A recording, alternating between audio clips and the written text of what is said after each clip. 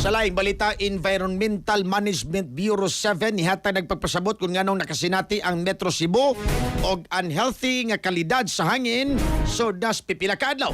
Reports Cristel Joy Filerca. Live report.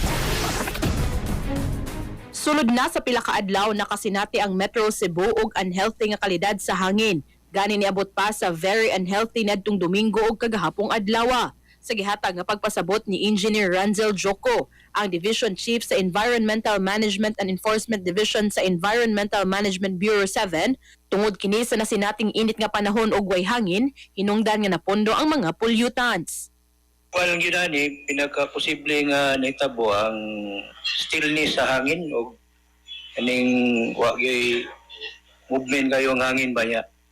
Taas kayo ang temperature, uga kayo atong hangin. Nibutyag usab si Engineer Arthur Nino Kalupig, ang EMB7 Air Quality Monitoring Specialist, nga normal ra nga masinati ang haze karong ting-init, apan nakalahi karon tungod kay mga localized emissions ang hinungdan. Base sa atong mga na-record nga data from the past years, normal lang gid ni siya basta moabot ta og summer. Tungod kay init ang temperatura, no? So tendency ang pollutants nato is mas gaan.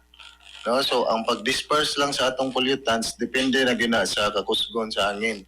Ang nakadiferensya lang karon kay still or calm winds ang atong nasinati diri sa Metro Cebu, mao nang nagpundo ang mga pollutants diri sa hangin. Kaganihang alas 8 sa buntag, anaa na lang sa 139 ang air quality index sa PM2.5 nga anaa sa Talisay City Station, gikan sa 177 nga air quality index kagahapong adlaw.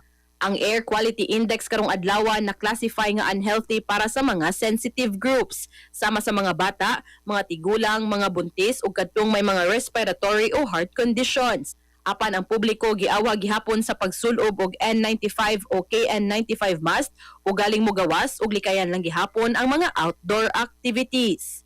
Para sa atong mga katropa nga gustong palig-unon ang immune system, balikayan ang ubo, hilanat labad sa ulo ug di makahilab sa tiyan, ang Santon Vitamin C, the Alkaline Vitamin C maoy haom alang kanato mga katropa. Alang sa nagkayusang Pilipino para sa Pilipinas, kininyong katropa Crystal Joy Filerca, XFM News. XFM report.